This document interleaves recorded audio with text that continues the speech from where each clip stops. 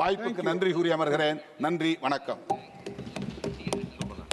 The profit of budget goes to the common man, not to any party. Shri Vidyut Baran Mahto ji.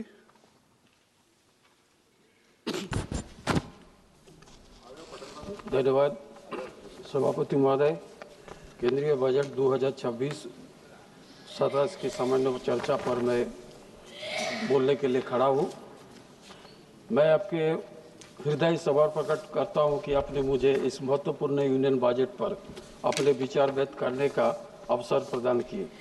आज ये सदन ही नहीं बल्कि देश की हर नागरिक गर्व के साथ ये कहता है, मोदी है तो मुमकिन है। महोदय, जिस असंभव कार्य को वर्षों तक केवल नारा समझा गया, उससे माननीय प्रधानमंत्री जी ने अपने संकल्प, साहस और सुशासन के माध्यम से साकार करके दिखाया।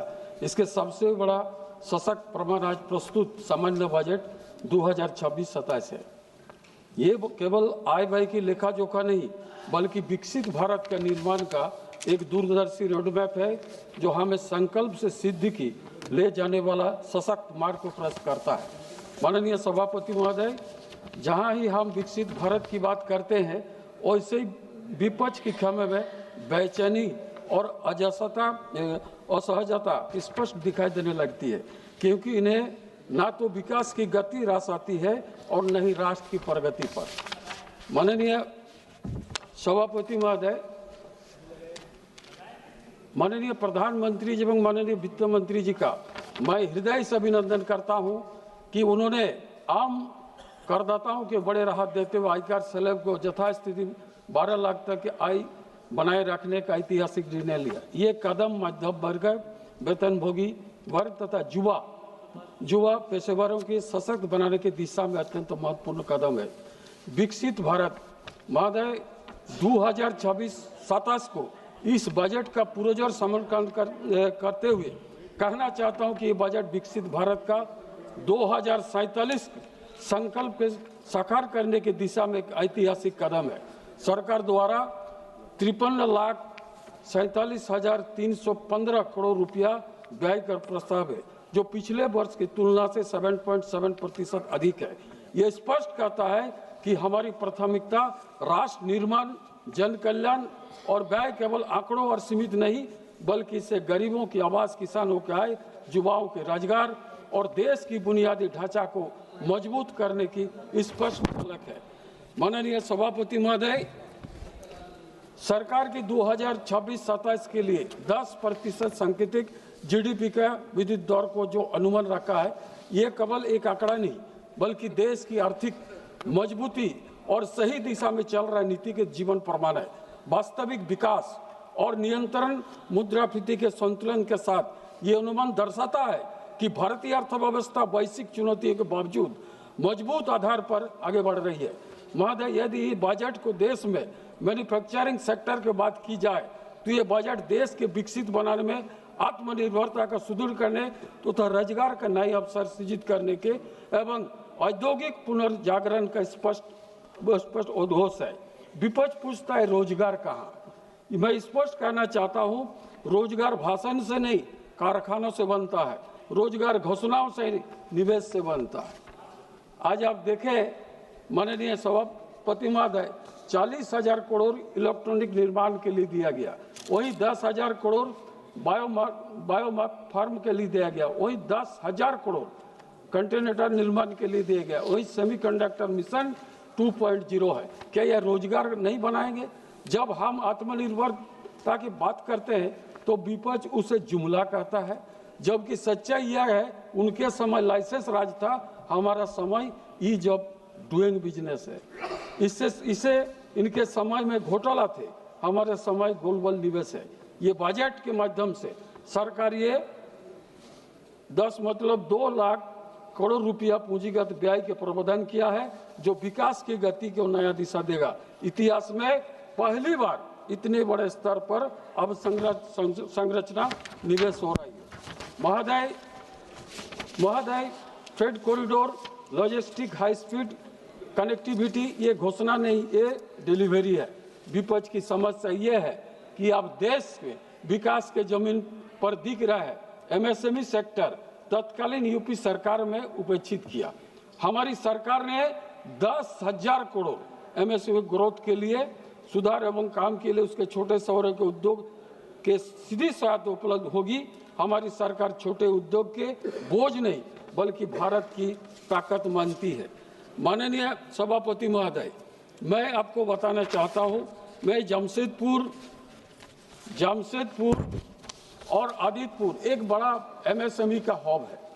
2014 का पहले आदितपुर इंडस्ट्रियल एरिया, जो आदितपुर इंडस्ट्रियल डेवलपमेंट अथॉरिटी है, 48 किलोमीटर रेडियस में ये फैला हुआ, जिसका अंतर्गत 2000 एमएसएमई इकाइयां है।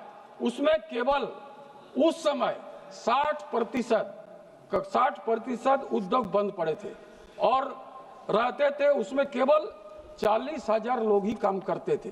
रोजगार मिलता था, जिसके कारण युवाओं के लिए अवसर सीमित था और वो पलायन करने के लिए बाध्यता होता। 2014 के बाद माननीय प्रधानमंत्री श्री नरेंद्र मोदी जी ने नेतृत्व में जब हमारी सरकार बनी तो एमएसएमई क्षेत्र में आर्थिक सहयोग प्रदान किया गया। तभी धीरे धीरे इस क्षेत्र विकास की लहर देखने को मिली। आज स्थिति यही है कि आइडा के लगभग सभी उद्योग कार्यरत है और इस उद्योग में लगभग 3.5 लाख लोग प्रत्यक्ष रूप में रोजगार प्राप्त कर रहे हैं। ये परिवर्तन केवल नीतियों का परिणाम है और ये आत्मनिर्भर भारत का वास्तविक चेहरा है।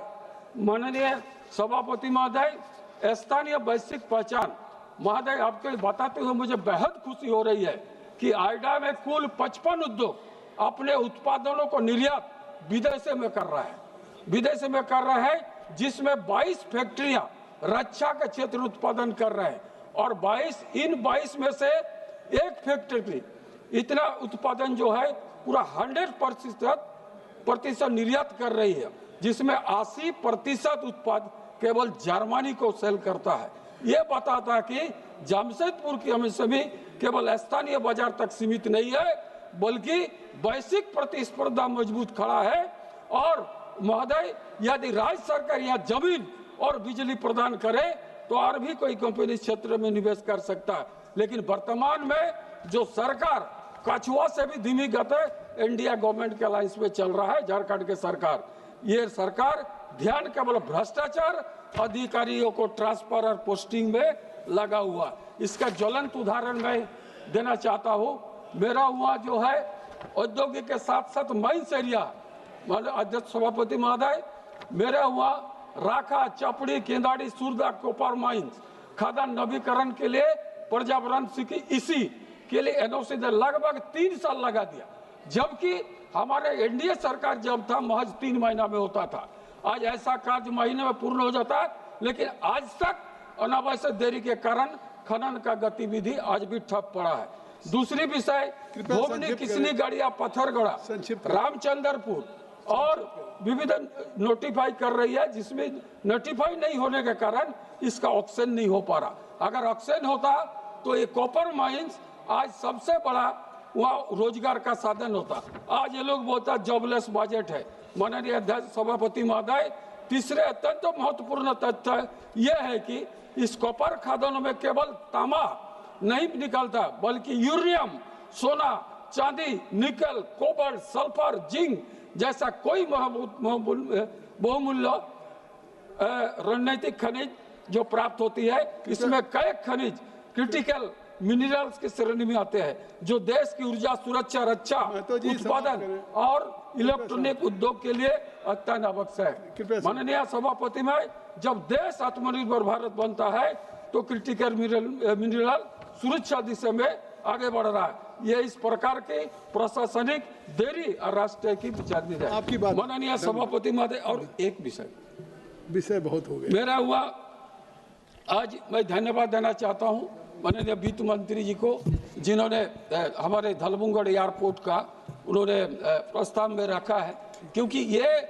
लगभग 5 साल पहले इनका 14-15 में इसका शिलान्यास हो चुका है और एयरपोर्ट अथॉरिटी इंडिया और वर्तमान सरकार, उस समय के एनडीए सरकार का साथ हुआ था, लेकिन वर्तमान सरकार इसको जमीन का एनओसी लगभग आज 8 साल हो गया, अभी तक नहीं देने के कारण आज एयरपोर्ट नहीं बन रहा। ये एयरपोर्ट बन जाता सिर्फ यादवपुर इंडस्ट्री बेल्ट और ये खनन एरिया नहीं, बल्कि उड़ीसा के केवंझर, मयूरभंज, सुंदरगढ़ और दूसरी बंगाल के आपका खड़गपुर, मेदिनीपुर और झारग्राम, पुरुलिया, इतने सारे जगह के लोग आज हुआ उड़ान भर सकेंगे।